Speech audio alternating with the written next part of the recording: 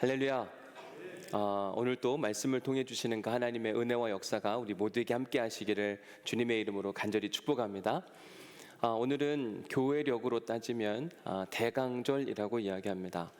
대강절은 한자 그대로 기다릴 때 내릴 강 마디절자를 사용합니다. 하나님의 아들이신 예수 그리스도께서 하늘에 계셔도 되는데 그 하늘 보좌를 포기하시고 우리를 구원하시기 위해 이 땅에 강림하신 날, 내려오신 날을 기념하는 절기가 바로 대강절입니다. 그래서 전통적으로 이 대강절은 교회력에 의하면 성탄절이 오기 4주 전부터 시작을 해서 대강절 1주차, 2주차, 3주차, 4주차 그리고 우리가 성탄절을 맞이하게 됩니다. 그때가 되면 이렇게 앞에 보이는 것처럼 보라색 장식이 있고, 제가 그래서 오늘 넥타이를 했는데 목사님 오늘 왜 보라색으로 하셨어요? 보라색을 좋아하시나요? 이렇게 물어보더라고요. 그건 대강절이어서 제가 오늘 보라색 넥타이를 한 겁니다. 초도 대강이 그 보라색이고, 보라색은 왕권을 상징하는데 하늘의 주인이신 그분의 아들 예수 그리스도의 오심을 기다린다라고 하는 차원으로 모든 것을 보라색으로 장식하는 모습들을 보게 됩니다. 그리고 4개의 초가 있는데 한 주 한 주 지날 때마다 이 초에 불을 켜가면서 빛 대신 예수 그리스도가 우리의 삶 가운데 들어오므로 그분의 왕권이 우리를 다스려가면 매 순간마다 새롭게 하시는 새 거듭남의 역사가 우리 인생 가운데 찾아오기를 기대하는 절기가 바로 이 대강절이기도 합니다. 이 대강절 때쯤 되면 또 뿐만 아니라 초대교회 성도들은 요 시기만이 아니라 자주 고백했던 한 가지의 표현이 있는데 그게 뭐냐면 마라나타라고 하는 표현이에요. 우리가 자주 사용했던 잘 익숙한 표현이지 않을까 생각이 드는데, 아멘 주 예수여 어서 오시옵소서. 초대교회 성도들은 예수님을 진짜 기다렸어요. 우리도 그렇죠? 여러분 예수님 빨리 왔으면 좋겠죠? 몇 분 안 계신가 봐요. 한 1년 뒤에 와야 되나요? 신혼부부는 신혼여행 갔다 오면 좋겠죠? 저는 오늘 주님 오시면 좋겠는데 저분들은 큰일 나겠네요. 그죠? 그래도 신혼여행 갔다 오고 주님 오시면 진짜 좋을 텐데. 왜 우리가 대강절 지키면서 주님을 기억하고 주님의 오심을 기다리고 이렇게 해야 하는 것인가? 주님이 우리의 삶 가운데 찾아오시면 어떤 유익이 있길래 우리는 그분을 만나고 또 그분을 기다려야만 하는가? 오늘은 이제 예수님과 만난 사람들 첫 번째 시간인데, 앞으로 4번의 설교를 통해서 예수님과 만나면 어떤 유익이 찾아오고 왜 우리가 예수님을 기다려야 되는지를 여러분들에게 소개하려고 합니다. 오늘은 그 첫 번째 시간으로 예수님과 만난 사람들, 광인이라고 하는 제목을 붙여봤습니다. 예수님께서 갈릴리 가버나움 일대에서 사람들을 가르치셨어요. 그러다가 갑자기 해가 뉘어뉘어 져갈 즈음에 우리 저 바다 건너편으로 가자, 이런 제안을 하셨습니다. 이 제안에 크게 2가지의 위험성이 있다고 지난주에 여러분들에게 말씀을 드렸습니다. 첫 번째 위험은 시간의 문제 때문에, 왜냐하면 해가 뉘어뉘어 질 때 배를 타고 갈릴리 바다에 들어서기 시작하면 밤이 찾아올 것이고, 갈릴리 밤바다는 매우 무섭다, 이렇게 말씀을 드렸잖아요. 실제로 예수님과 그의 제자들이 탄 배가 큰 광풍을 만나서 어려움을 당하는 이야기가 지난주에 여러분들에게 소개해 드렸습니다. 2번째로 이러한 예수님의 제안이 위험했던, 불편했던 이유는 무엇이었냐면 지역의 문제라고 말씀을 드렸습니다. 예수님이 갈릴리 가버나움에 있다가 거라사 지역으로 갔는데, 그 거라사 지역은 유대인들이 부정하다고 생각했던 이방인들이 많이 사는 동네였습니다. 그러다 보니까 그곳에 가면 우리가 부정해질 수 있을 텐데 왜 예수님은 그곳에 가자고 하셨을까? 이유가 있을 거 아니에요. 예수님이 심심해서 할 일이 없어서 그 동네가 궁금해서 가려고 했을까? 그게 아니라 예수님이 거기에 가는 데는 분명한 목적이 있었다는 겁니다. 제가 2주 전에 대만에 갈 때는 대만 기독교의 새로운 선교적 바람을 불러일으키기 위해서 선교라는 주제를 가지고 강의를 하기 위해서 다녀왔고, 이번 주에는 감리교가 필리핀에 선교를 한 지 50주년이 됐는데 앞으로 선교가 어떤 방향으로 흘러가야 될지에 대한 고민과 함께 세미나의 대상이 완전히 달라지더라고요. 그러니까 제가 대만에 갈 때도 그렇고 필리핀에 갈 때도 그렇고 어디 출타를 할 때는 분명한 이유와 목적이 있는 것처럼 예수님께서 가버나움을 떠나서 거라사에 갈 때에도 분명한 이유와 목적이 있었습니다. 그 이유와 목적이 뭐냐? 크게는 두 가지로 여러분들에게 소개를 해드리고 싶어요. 첫 번째는 폭풍을 잠잠케 하시려고. 예수님께서 갈릴리 밤바다에서 성난 파도를 만났을 때 사람들이 아무리 노력해도 잘 안 됐거든요. 근데 예수님은 단 한마디의 말씀으로 그 거친 풍랑을 잠잠케 하셨습니다. 그러자 사람들이 깜짝 놀랐어요. 그리고 하는 이야기가 뭐였냐면 그들이 심히 두려워하여 서로 말하되 그가 누구이기에 바람과 바다도 순종하는가. 너무 놀란 겁니다. 당시 예수님을 따르던 사람들에게 당신의 선생님, 예수님은 어떤 분이십니까? 라고 물으면 그들은 그들 나름대로의 경험 안에서 우리 예수님은 이런 분입니다. 우리 예수님은 이런 분입니다. 이렇게 소개하곤 했습니다. 그들이 경험한 예수님, 첫 번째는 뭐냐면 예수님께서 첫 번째로 사람들에게 선포하신 이야기가 회개하라, 천국이 가까이 왔느니라. 하나님 나라에 대한 소개를 하셨어요. 하나님이 어떤 분이신지. 그러니까 예수님은요, 처음 하나님 나라를 소개하고 끝난 게 아니라 반복적으로 소개하면서 예수님의 관심이 하나님 나라에 있음을 모든 사람들이 다 알고 있었어요. 그래서 제자들은 우리 예수님은 어떤 분이시냐면 하나님 나라의 전부이신 분, 온 힘을 다 쏟으시는 분. 이게 첫 번째 답변이었어요. 또 그들이 경험한 것 중에 예수님은 어떤 분이시냐면 시몬 베드로의 집에 갔을 때 장모가 열병으로 누워있는데 예수님이 갔더니 그 열병을 떠나가게 하시는 모습을 보게 됐거든요. 그 말인즉슨 예수님은 질병을 치유하시는 분이시라. 자기들의 경험 안에서 예수님을 소개하는 겁니다. 또 예수님께서 길을 가다 귀신 들린 사람이나 아니면 회당 안에 귀신 들린 사람이 있을 때 또 귀한 권능을 가지고 귀신도 내쫓으시는 분. 그러니까 예수님의 제자들은 자기들 나름대로 경험한 예수님을 사람들에게 소개합니다. 하나님 나라에 관심 있으신 분, 질병을 쫓으시는 분, 그 치유하시는 분, 귀신을 내쫓는 분. 근데 그게 전부가 아니었거든요. 예수님의 능력이 이만하다면 그건 정말 작은 거에 불과한데 예수님이 자신의 존재가 누구인지 좀 더 정확하게 가르쳐주고 싶었던 거예요. 그래서 예수님께서 갈릴리 밤바다를 한번 우리가 가보자 이렇게 제안을 하신 겁니다. 그 갈릴리 밤바다 가운데 지나가는 중에 갑자기 큰 풍랑을 만나게 되고 아무도 그 풍랑 앞에 어쩌지 못하는 상황 가운데 예수님 나타나서 단번에 다 정리해 주셨어요. 잠잠하라 그랬더니 갑자기 그 거친 풍랑, 여러분들이 지난주 보여드린 것처럼 그 배가 어떻게 했어요? 막 풍랑 때문에 하늘을 쳐다볼 정도로 거의 뒤집힐 정도였잖아요. 근데 예수님이 그냥 한 방에 잠잠하게 하시니까 사람들이 깜짝 놀란 겁니다. 옛날엔 하나님 나라만 좋아하고 질병을 치유하고 귀신들만 내쫓는 줄 알았더니 자연세계의 질서도 꽉 잡고 계신 분, 그분이 누구시라고요? 예수님. 이처럼 예수님은 사람들의, 자기를 따르는 무리들의 영적인 시선을 확 펼쳐주시기 위해서 지금 갈릴리 밤바다를 항해해서 가버나움을 떠나 거라사로 이동하신 겁니다. 이게 첫 번째 이유고요. 두 번째 이유가 오늘 설교할 주제의 핵심인 겁니다. 왜 예수님께서 가버나움을 떠나 거라사로 가셨는가? 왜냐하면요, 그가 꼭 만나야 할 한 사람이 있었거든요. 그 사람이 누구인가? 자, 1절 말씀 먼저 가서 보면 예수께서 바다 건너편 거라사인의 지방에 이르러, 자, 예수님이 거라사 땅에 딱 도착을 한 겁니다. 그리고 배에서 내려오셨어요. 2절 말씀 같이 한번 읽어볼까요? 시작. 배에서 나오심에 곧 더러운 귀신 들린 사람이 무덤 사이에서 나와 예수를 만나니라. 지금 예수님께서 거라사 지역에 가서 만날 사람을 만났는데 누구를 만난 겁니까? 귀신 들린 사람. 근데 그냥 귀신 들렸다 하지 아니하고 뭐라고 표현했어요?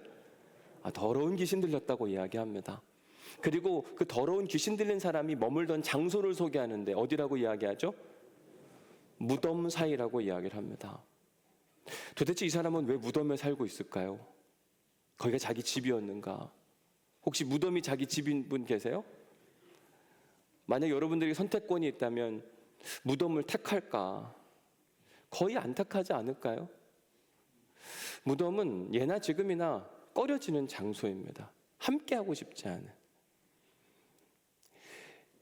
예전에 생각해보면 저희 동네에 공동묘지가 있었고 공동묘지 옆에 상여집이 있었습니다.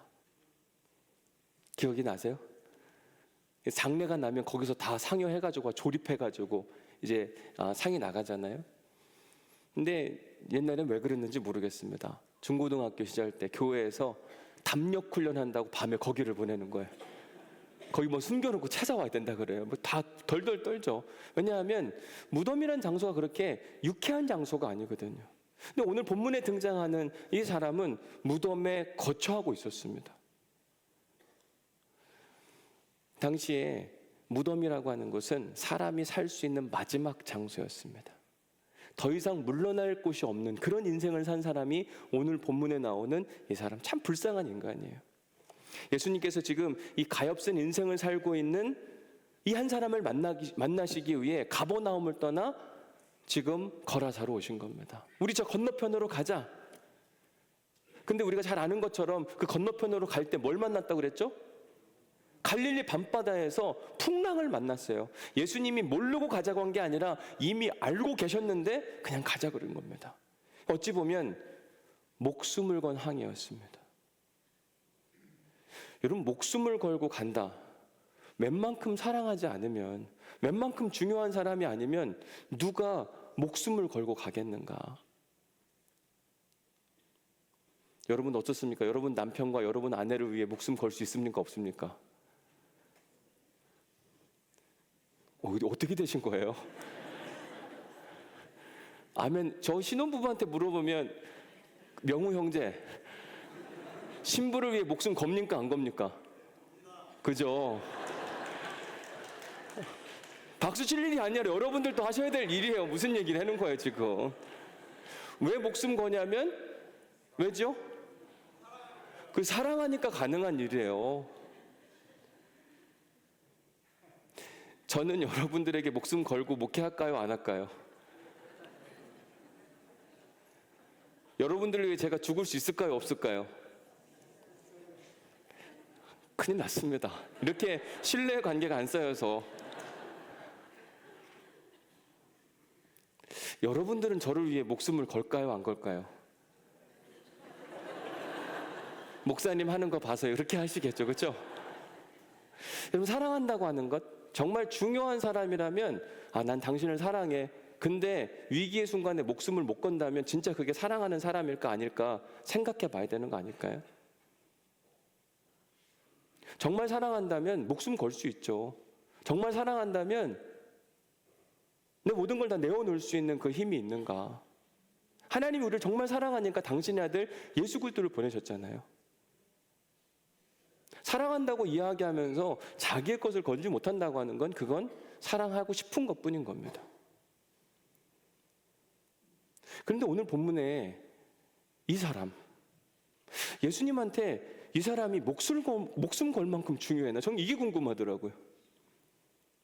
지금 이 사람 만나러 가려면 분명히 갈릴리 밤바다에서 폭풍 만날 게 뻔한데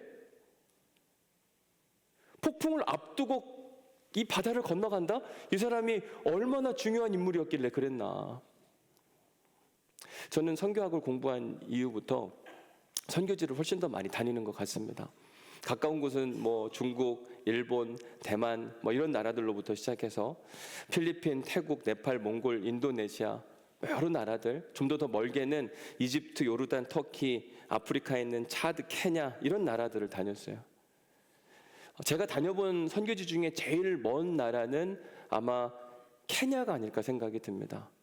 부산에서부터 출발해서 갔는데 뭐 잠깐 기다리고 이동 시간까지 다 계산하니까 34시간 걸리더라고요. 가다 지쳐요. 비행기를 지긋지긋하게 탔습니다. 참 힘들더라고요. 위험한 장소, 선교지 다니면서 불편하기도 하지만 위험했던 장소, 다시 잘 안 가고 싶은 장소가 있는데 거기 어디냐면 아프리카 차드라는 곳. 공항에서 겪었던 그 불편함과 두려움은 다시는 그 땅을 밟고 싶지 않을 만큼 힘들었습니다. 사람들이 왜 이러냐 이럴 정도로. 근데 거기보다 더 위험한 데가 있었는데 2016년도에 갔던 팔레스타인 자치기구, 지금 이스라엘하고 계속 전쟁 중인 그 팔레스타인 이야기하는 겁니다. 거기에 수도인 라말라라고 하는 도시를 갔거든요. 이 사진에 보시는 것처럼 도시가 그렇게 유쾌한 도시가 아닙니다. 잿빛이에요. 온통 무슬림입니다. 게다가 인터넷이 안 터져요. 운전하고 가는데 계속 긴장하는 겁니다. 자칫 잘못하면 엉뚱한 데로 가면 길을 잃어버릴 것이고 어떤 일이 벌어질지 모르니까 얼마나 두렵고 떨렸는지 모릅니다. 그런데 저 위험한 곳을 제가 왜 갔는가? 오늘 본문에서 예수님께서 가버나움을 떠나 갈릴리 거라사로 가신 이유하고 동일해요. 그 이유는 다른 게 아니라 영혼 구원과 하나님 나라 사역을 위해서였던 겁니다. 하나님의 아들 예수 그리스도께서 가버나움에 머무실 때 저 멀리 갈릴리 바다 건너편에 있는 거라사 지역에서 누가 울부짖고 신음하고 끙끙거리고 있는데 아유 힘들다, 너무 힘들다 이렇게 하는 사람이 있는데 그 사람이 누구였냐면 3절 말씀에 보면 이렇게 소개를 해요. 그 사람은 무덤 사이에 거처하는데 이제는 아무도 그를 쇠사슬로 맬 수 없게 되었으니. 여러분 무덤 사이에 사는 것도 어려운데 뭘로 맬 수 없다고요? 쇠사슬로 맬 수 없다. 그럼 이전에는 어떻게 됐다는 거예요? 맬 수 있었다는 거예요. 이제는이니까. 아니 근데 여러분 쇠사슬에 왜 매어야 하죠?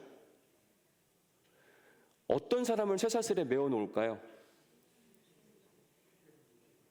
통제 불가능한 사람, 말 안 듣는 사람, 누구한테 해코지를 할 만한 사람. 그 사람이 바로 이 남성이었습니다. 그를 향해 4절은 이렇게 이야기합니다. 이는 여러 번 고랑과 쇠사슬에 매었어도 쇠사슬을 끊고 괴력도 있었나 봐요. 사람들을 해하고 공동체 유익이 안 되니까 쇠사슬을 묶어서 무덤 사이에 집어 넣어놨는데 엄청난 괴력으로 그걸 끊어버리는 겁니다. 이제는 어느 누구도 그를 컨트롤할 수 없는 그 상황 가운데 놓여있는 사람이 오늘 본문에 등장하는 그 사람. 근데 더 심각한 건 5절에 나옵니다. 5절 말씀 같이 한번 읽어볼까요? 시작. 밤낮 무덤 사이에서나 산에서나 늘 소리 지르며 돌로 자기의 몸을 해치고 있었더라. 공동체 안에 남에게 문제를 일으키는 걸 넘어서 웬만하면 자기 정신이면은요 자기 몸을 해하지는 않아요. 자기 방어를 위해서, 자기의 유익을 위해서 남에게 해를 끼치는 건 그래도 뭐 그냥 그런가 보다. 그런 사람도 이상하긴 하지만, 근데 정신이 조금 더 이상해지면 이제 자기 몸을 학대하는 일이 발생하는 겁니다. 지금 바로 오늘 본문에 등장하는 이 사람, 예수님이 가버나움을 떠나 거라사에 가서 꼭 만나고 싶었던 사람이 누구였냐면 바로 이 사람이었어요. 그런데요, 예수님은 이 사람을 만나서 이 사람에게 회복을 선물시켜 주고 싶었던 거예요. 근데 이게 예수님만 그러시는 게 아니라 우리가 믿고 있는 삼위일체 하나님이 다 계속 이런 패턴을 보이십니다.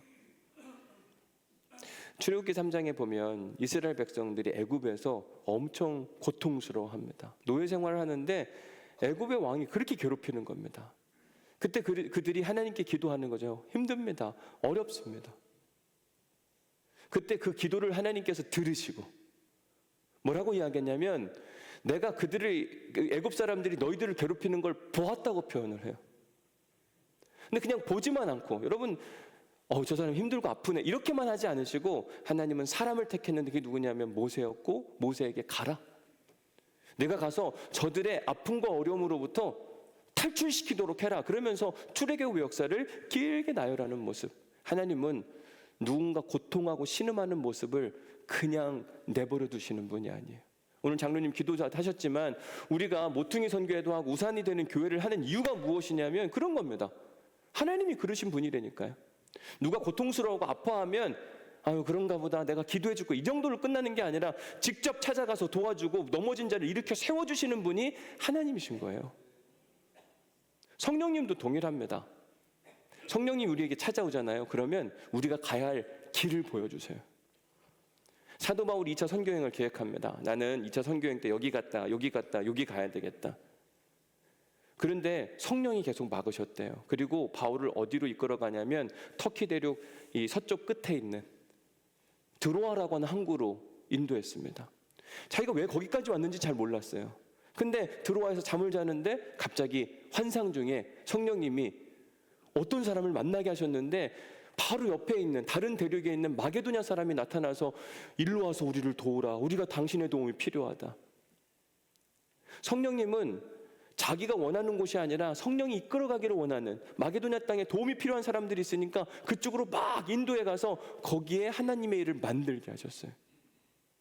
이 환상을 통해서 바울이 딴 생각할까 봐 온 힘을 다해서 너 여기 있으면 안 돼 밀어내서 결국은 바울이 마게도냐에 가서 선교를 하도록 만들어줬어요. 그리고 도움이 필요했던 그 마게도냐 땅에 가서 복음의 씨앗을 심고 복음의 열매를 맺고 사람들을 응원했던 모습의 이야기가 등장하게 됩니다. 예수님도 동일하신 거예요. 성령 충만했던 예수 그리스도도 비록 멀리 떨어져 있기는 하지만 지금 가버나움에서 거라사에서 신음하며 아파하고 있었던 한 사람의 이야기가 들리는데 그냥 가만히 있을 수가 없는 거죠. 가서 도와야 되겠다. 비록 지금 내가 이 바다를 건너간다 할지라도, 거친 풍랑을 만난다 할지라도, 내 목숨을 담보로 한다 할지라도 이 밤바다를 건너서 저 사람의 신음의 문제를 해결해 주자. 그리고 떠난 겁니다. 그렇게 해서 거라사에 도착했더니 6절 말씀에 가서 보면 그 귀신 들린 사람이 멀리서 예수를 보고 달려와 절했습니다. 그리고 7절 말씀 같이 읽어볼게요. 시작. 큰 소리로 부르짖어 이르되 지극히 높으신 하나님의 아들 예수여, 나와 당신이 무슨 상관이 있나이까? 원하건대 하나님 앞에 맹세하고 나를 괴롭히지 마옵소서 하니. 그 귀신 들린 사람이 예수님께 하는 이야기가 뭐냐면 부르짖어 큰 소리로 말하는 겁니다. 지극히 높으신 하나님의 아들 예수요. 이게 예수님을 높이는 거기도 하지만 사실은 싸워보겠다는 거예요. 왜냐? 고대 근동의 문화에서 전쟁 중에 상대방의 정체를 드러낸다는 것. 당신 누구지? 내가 다 아는데 그래 나랑 싸워보자. 그 사람을 안다는 건 그 사람의 장점도 알고 그 사람의 약점도 아는 거거든요. 그러면 내가 이길 자신이 있다. 이렇게 이야기를 하는 겁니다. 지금 사단 마귀가 더러운 귀신이 지금 예수님을 향해서 찾아왔는데 예수님이 말하기 전에 자기가 먼저 선제 공격을 하고 싶었던 거예요. 예수 내가 당신을 아는데 당신은 지극히 높으신 하나님의 아들이지? 알아. 큰 소리로 말하면서 예수님의 정체를 막 다 들통내는 겁니다. 내가 당신 이길 수 있다. 근데 당신 나하고 아무런 상관도 없는데, 내가 당신한테 잘못한 것도 없는데 왜 나를 괴롭게 하냐? 나랑 싸우지 말자. 그냥 지나가. 그러면서 예수님께 계속 지금 딜을 하고 있는 모습을 보여요. 근데 저는 이 표현 중에 나를 괴롭게 하지 말라는 표현이 의미심장했어요. 왜냐하면 여러분 생각해 보십시오. 지금 누가 누구를 괴롭혔는가? 더러운 귀신이 한 사람의 인생을 완전히 망가뜨렸어요. 그를 지금 어디다 갖다 처박아 놓았어요? 무덤 사이에다가. 그냥 박아놓은 게 아니라 어떻게 하고요? 쇠사슬을 손목에 채우고 자기 몸을 해하도록 하면서 지금 사단 마귀는 한 사람의 인생을 완전히 망가뜨려 놓고 그 사람의 인생을 괴롭히면서도 지금 자기가 예수님으로 인해 받는 영적 압박감을 불평하고 있는 모습을 보게 됩니다. 이게 귀신 들린 사람들의 특징이더라고요. 귀신에게 사로잡혀 사는 사람, 그런 사람들은요, 자기 성찰이 없습니다. 남이 잘못한 게 보여요. 그것만 보입니다. 분명히 지금 자기가 엄청 잘못한 일이 있거든요. 자기는 남을 엄청 괴롭혀 놓고 그 일에 대한 대가를 받는데 왜 나 자꾸 힘들게 하는 겁니까? 이렇게 생각하는 사람들이 분명히 있어요. 교회 안에도 보면 귀신 들린 사람들이 얼마나 많은지 몰라요. 교회에 무슨 귀신 들린 사람이 있냐? 여러분 마가복음에 보면 유대인 회당에도 귀신 들린 사람이 있잖아요. 귀신 들린 사람이 뭐 별것도 아닙니다. 누구나 다 귀신 들릴 가능성, 귀신에게 붙들림 받을 가능성이 굉장히 높아요. 근데 어떤 사람이 그런 가능성이 높으냐면 자기 성찰이 없는 사람. 내가 한 짓은 생각하지 못하고 내가 당하고 있는 것에만 억울해하는 사람 있잖아요. 중요한 건 여러분 지금 머릿속에 누군가를 떠올리고 있다는 사실이에요. 아직 그 사람 귀신 들린 것 같아. 근데 그게 매우 위험한 생각이라는 얘기를 하는 거예요. 귀신 들린 사람의 첫 번째 특징이 뭐라고요? 자기 성찰의 부재. 그 얘기했더니 누구 떠오르고 그 사람 맞아. 귀신 들려서 그런가 보다. 이렇게 하라는 이야기가 아니라 나는 그런 게 아닌가. 내가 하나님께 잠깐 마음을 놓치고 귀신에게 막 붙들려서 그대로 가는 건 아닐까 점검해야 되거든요. 이렇게 잘못된 판단 가운데 있었던 이 귀신의 존재에게 예수님께서 뭐라고 말씀하시는가 보십시오. 8절 말씀입니다. 같이 한번 읽어볼까요? 시작. 이는 예수께서 이미 그에게 이르시기를 더러운 귀신아 그 사람에게서 나오라 하셨습니다. 네, 예수님께서 그에게 말씀하셨습니다. 뭐라고 이야기하셨어요? 더러운 귀신아 나오라. 자, 이러면 여러분 이 귀신은 나와야 됩니까? 안 나와야 됩니까? 나와야죠. 근데 이미 얘기했는데 안 나간 겁니다. 왜 안 나가죠? 너무 힘이 센가요? 예수님과 대결해서 예수님이 이길 수 없는 존재인가? 예수님이 묻습니다. 그에게 뭐라고 묻냐면 이렇게 물어요. 이에 물으시되 내 이름이 무엇이냐? 예수님은 좀 인격적이에요. 그래도 막 폭로하시는 분이 아니에요. 오히려 그 사람에게 물어서 스스로가 말하도록 만드는 겁니다. 사실 고단수는 그런 거 아니에요? 제가 제일 안 무서운 사람이 누구냐면 소리 고래고래 지르는 사람 있잖아요. 그건 실력이 없는 겁니다. 할 줄 아는 게 목소리로 장악하려고 하는 거예요. 근데 예수님은요, 나긋나긋, 야, 너 이름 뭐냐? 오히려 이게 진짜 무서운 거 아닐까요? 이 귀신이 자기 정체를 드러냅니다. 뭐라고 그랬습니까? 군대입니다. 난 많습니다. 여기서 군대라고 하는 표현이 헬라어로는 레기온이라는 단어를 쓰는데, 이 레기온은 군대 용어입니다. 우리도 군대에서 사용하는 용어들이 있잖아요. 뭐 소규모 부대로 따지면 뭐 소대가 있고 중대가 있고 대대가 있고 연대가 있고 뭐 사단이 있고 여단이 있고 군단이 있고 뭐 사령부 이렇게 있잖아요. 이런 것처럼 이건 부대 단위를 나타내는 군대 용어인데 보통은 뭐 작게는 3,500명, 많게는 6,000명 이렇게 이야기하지만 보통은 한 4,5,000명 정도 되는 군부대를 일컬을 때 레기온이라고 이야기했습니다. 그러니까 한국 부대로 치면 한 여단급 정도가 되는 이 군대 귀신이 지금 한 사람의 삶을 망가뜨리고 있는 거예요. 그러니까 지금 이 사람이 신음하고 아파할 수밖에 없는 건 한두 사람이 괴롭히는 게 아니에요. 이를 괴롭혔던 어둠의 세력들이 엄청 많은 겁니다. 귀신아 나오라 이렇게 말하는데도 꼼짝도 하지 않아요. 우리가 세다. 그렇다고 예수님이 질소냐 이야기하는 거죠. 더러운 귀신아 나가라. 계속 그렇게 하니까 이제 이 귀신이 이런 제안을 하게 됩니다. 우리 10절 말씀 같이 읽어보겠습니다. 10절 말씀 시작. 누가 이렇게 강구한 겁니까? 그 더러운 귀신이. 더러운 귀신 들린 사람의 첫 번째 특징은 뭐라 그랬죠? 자기 성찰의 부재, 자기를 돌아볼 줄 몰라요. 내가 한 짓은 얼른 잊어버리고 내가 당하고 있는 것만, 어려움만 생각하는 게 첫 번째 귀신 들린 사람의 특징. 두 번째는 뭐냐면 그 지방에서 내보내지를 말라고 이야기합니다. 사실 생각해 보면 이 귀신이 예수님께 이런 제안을 할 사람이 그건 아닌 겁니다. 제안을 한다고 하는 건 대화가 가능해야 되고 또 본인이 뭔가 할 수 있는 능력이 있어야 되는데 귀신은 지금 하나님, 예수님 앞에 아무것도 할 수 없는 존재인 걸 알았어요. 그런데도 불구하고 이런 핑계 저런 핑계 자기 생각을 막 말합니다. 그러면서 새로운 도전을 하려고 하지 않는 거예요. 자꾸 떠나가고 어디로 가라 그러니까 저 싫거든요. 여기가 좋거든요. 여기서 살게 해주면 진짜 좋겠다. 귀신 들린 사람들의 특징이 뭐냐면요, 새로운 도전과 변화를 거부하는 겁니다. 이거 해보자 그러면 안 해요. 지금이 좋은데 이런 핑계 저런 핑계, 이렇게 해달라 저렇게 해달라. 결국 그 이야기를 들으시고 예수님이 어떻게 할까 고민하는데 이제 이 귀신 들린 사람이 또 다른 제안을 하는 겁니다. 11절 말씀이에요. 마침 거기 돼지의 큰 떼가 산 곁에서 먹고 있는지라. 지난주에 설명드린 것처럼 데가볼리의 거라사라고 하는 지역은 특별히 돼지를 많이 키우는 지역. 이 비탈길에 돼지들이 엄청 많은 겁니다. 그걸 보고 이 귀신이 뭐라고 표현하는가 12절 말씀 볼게요. 시작. 이에 간구하여 이르되 우리를 돼지에게로 보내어 들어가게 하소서 하니. 자, 여러분 귀신 들린 사람의 특징을 제가 여러분들에게 소개해드리고 있어요. 첫 번째 뭐라고요? 자기 반성, 자기 성찰이 없는 사람. 두 번째는 변화와 도전을 싫어하고 계속 이런 핑계 저런 핑계, 그리고 막 예수님께 자기가 제안서를 내요. 이건 이렇게 하셔야 된다, 저건 저렇게 하셔야 된다. 자기가 전문가냐고요. 자긴 따라오면 되는데. 그러더니 결국은 그가 하는 마지막 세 번째가 뭔지 아세요? 어리석은 판단을 해요. 미래를 보지 못하고요, 지금 당장 눈앞에 있는 것만 생각하는 겁니다. 지금 눈앞에 뭐가 보였어요? 돼지떼.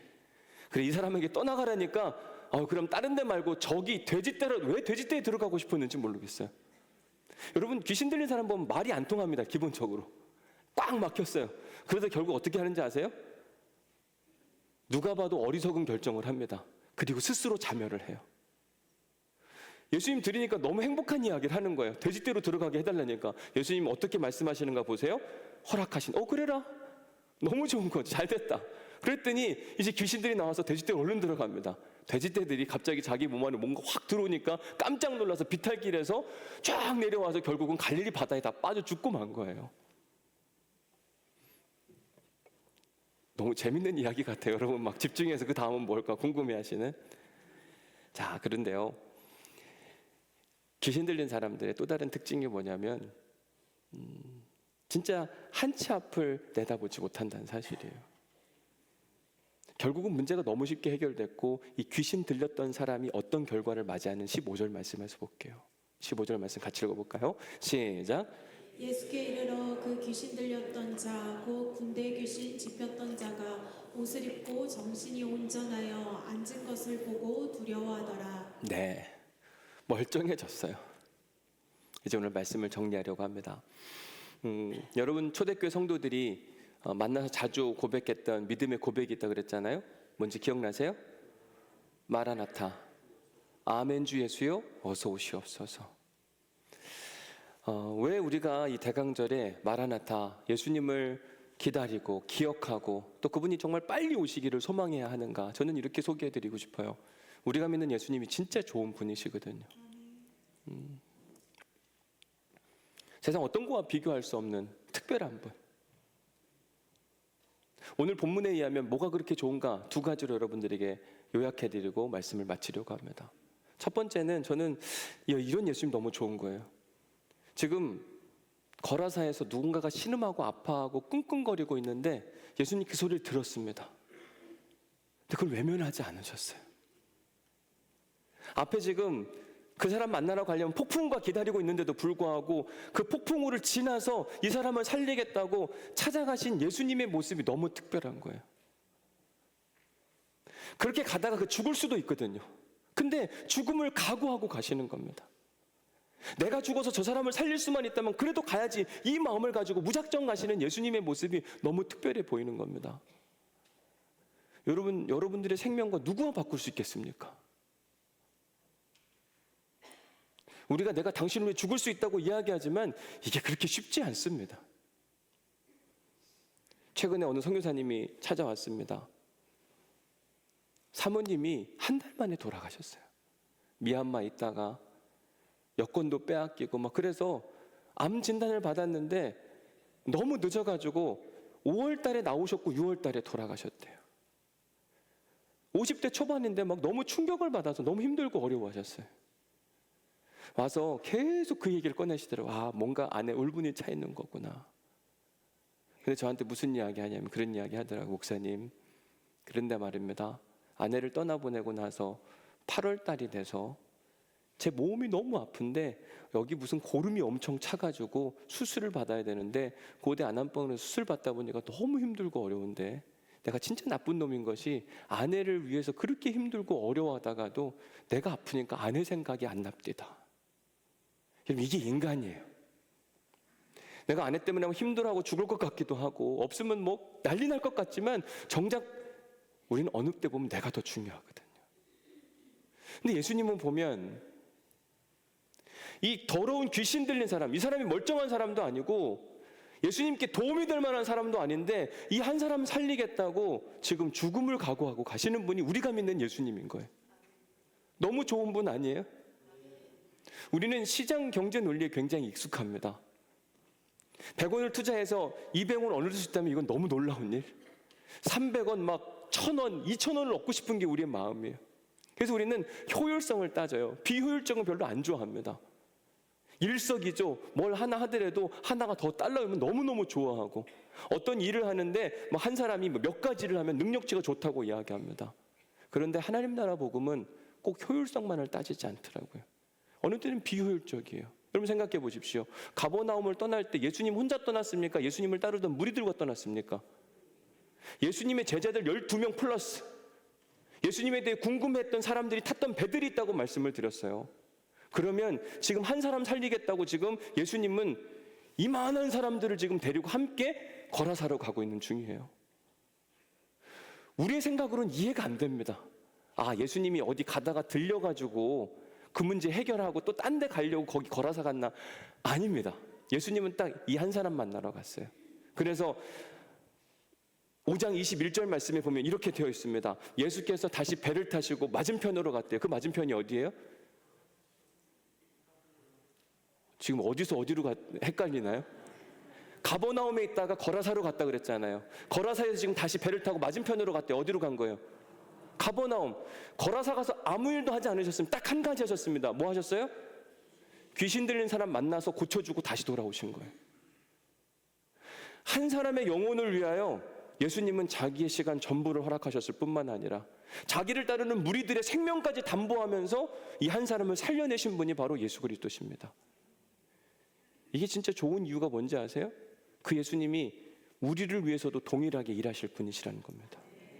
우리가 신음하고 아파하고 있으면 천사 12군단을 데리고 와서 우리를 구원해내시고 우리를 그 더러운 질병으로부터 벗어나게 하실 분이십니다. 너무 좋은 분이잖아요. 어떻게 그분을 안 기다릴 수 있어요? 마라나타, 아멘 주 예수여 어서 오시옵소서. 저는 얼른 왔으면 좋겠다니까요. 그분 지금 오시면 진짜 이 담임 목사의 짐도 다 벗어버리고 그냥 그분과 함께 지내면 얼마나 좋을까. 너무 행복할 것 같아요. 여러분, 예수님 진짜 좋은 분?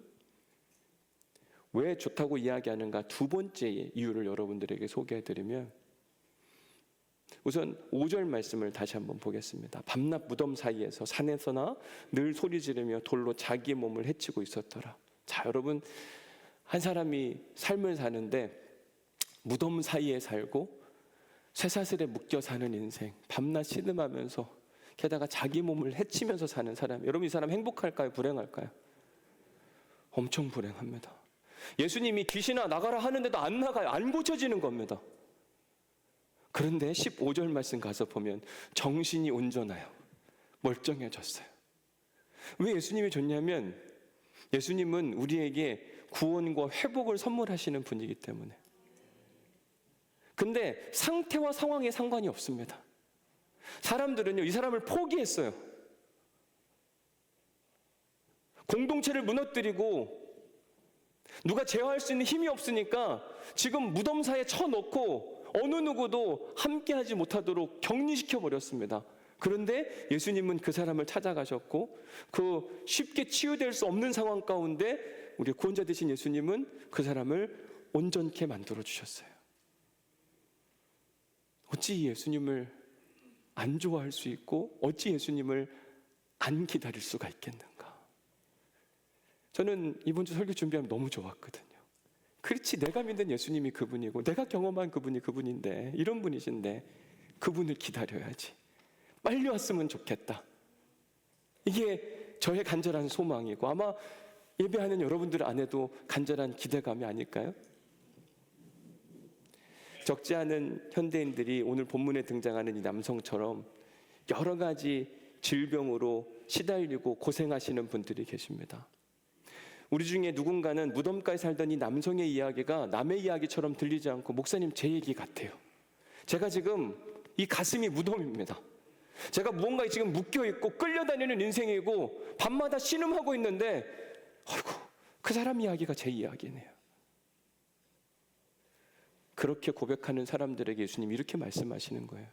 오라 오라 방황치 말고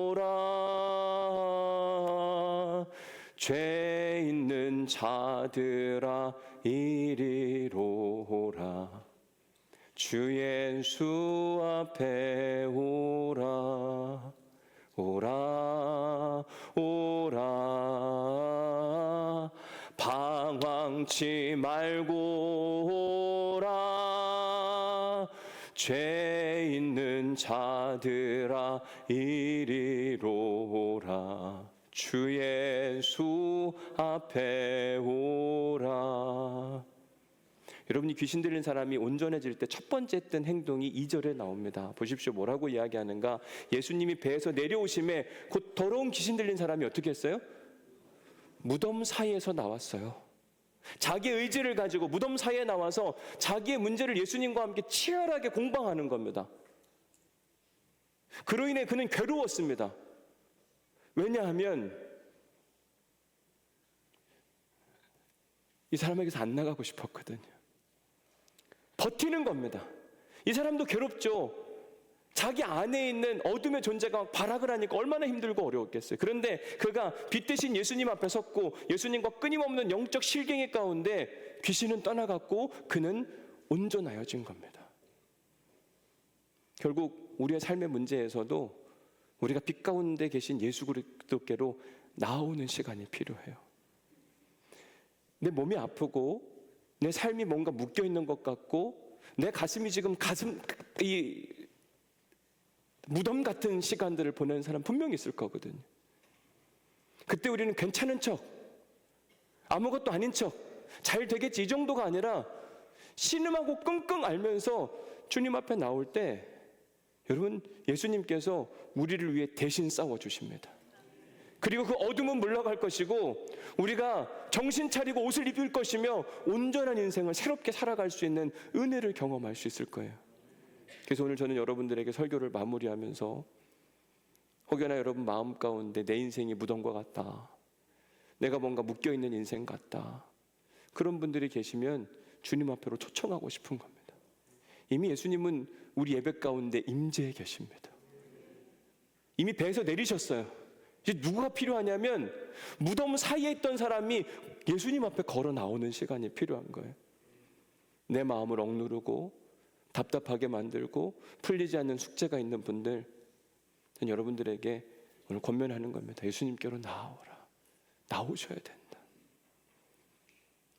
제가 오늘 사실은 어려운 도전을 하는 겁니다. 제가 함께 여러분들과 찬양할 텐데 찬송가 예수가 나를 부르는 소리 그 음성 부드러워. 제가 여러분들에게 찬송을 불러드릴 텐데 주님의 음성으로 들리시는 분들은 나를 자유롭게 하시려고 하시나 보다, 질병에서, 기도의 제목에서, 어려운 문제에서 자유롭게 하시기를 원하신다고 하는 믿음 있는 분들은 제가 찬양하는 중에 억지로 하시면 안 되고 옆에 눈치를 보셔도 안 됩니다. 다 눈을 감으시고 제가 찬양 불러드릴 겁니다. 그러면 여러분들은 들으시고 정말 내 인생의 문제가 묶인 것들이 풀려지기를 원하시는 분들, 주님이 오늘 우리에게 초청하시는 거예요. 오라, 오라, 내가 해결해 주리라, 걱정하지 마라. 그런 분들이 믿음으로 결단하고 조용히 자리에서 일어서시고 그리고 가슴에 손을 얹으시고 찬양하는 중에 분명히 하나님께서 더러운 귀신아 나가라, 그리고 자유함을 선물해 주실 겁니다. 그 은혜를 경험할 수 있기를 간절히 소망합니다. 그러나 제발 어느 누구도 눈치 보지 않으시길 바랍니다. 믿음이 필요합니다. 귀신 들린 그 사람이 예수님을 바라보고 자기도 모르게 걸어놨던 그 모습처럼 찬양 중에 그 주님의 음성이 들리는 사람들만 여러분들이 믿음으로 결단해서 조용히 일어서서 가슴에 손을 얹고 함께 기도하는 시간 갖도록 하겠습니다. 제가 찬양합니다.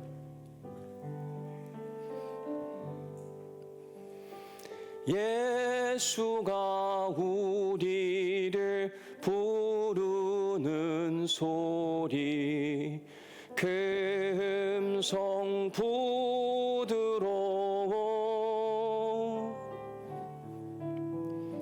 문 앞에 나와서 사면을 보며 아멘 우리를 기다리네. 오라 오라 방황치 말고 오라 죄 있는 자들아 이리로 오라 주 예수 앞에 오라 오라 오라 오라 오라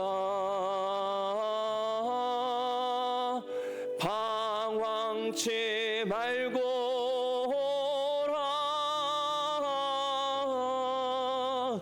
죄 있는 자들아 이리로 오라 주 예수 앞에 오라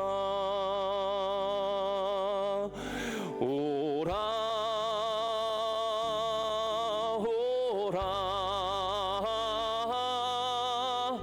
방황치 말고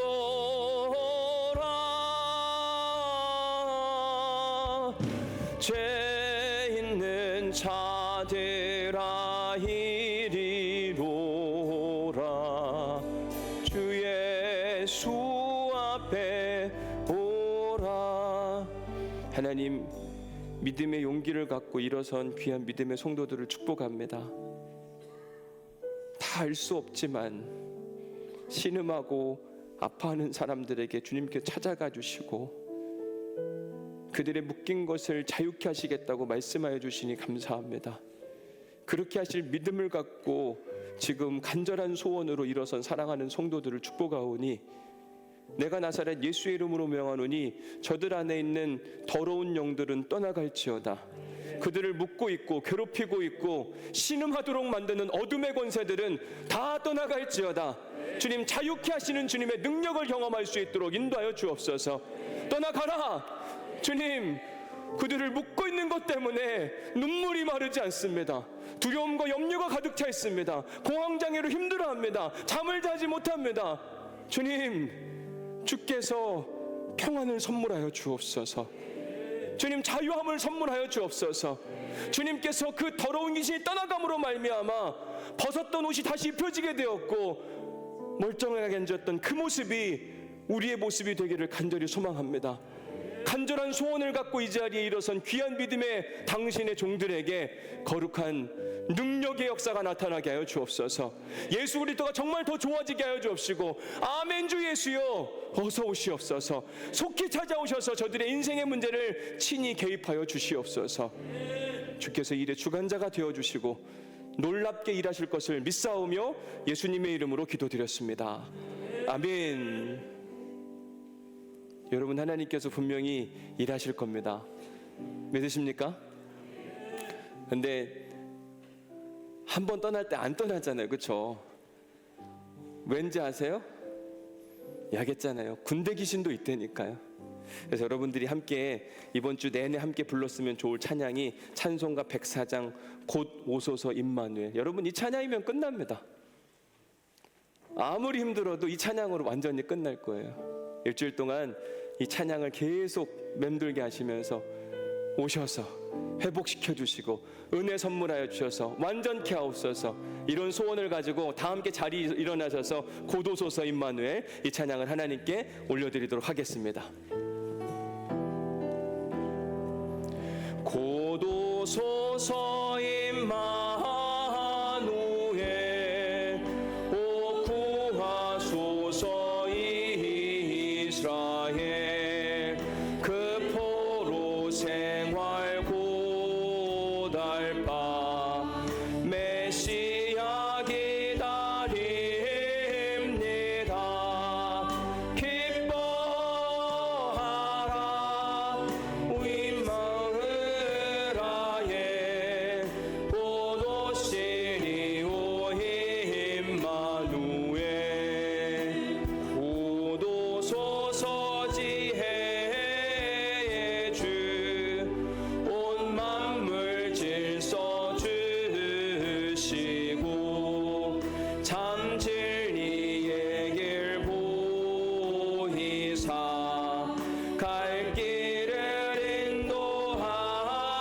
인도하소서. 기뻐하라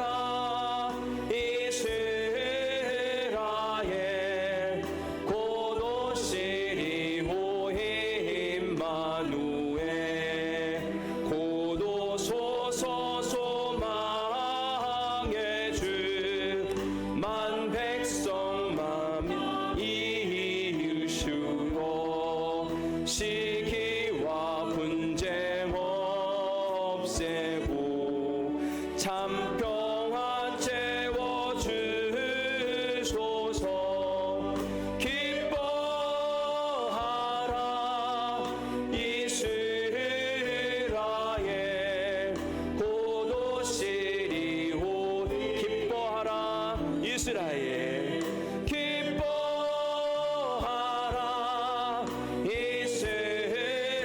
이스라엘 곧 오시리 오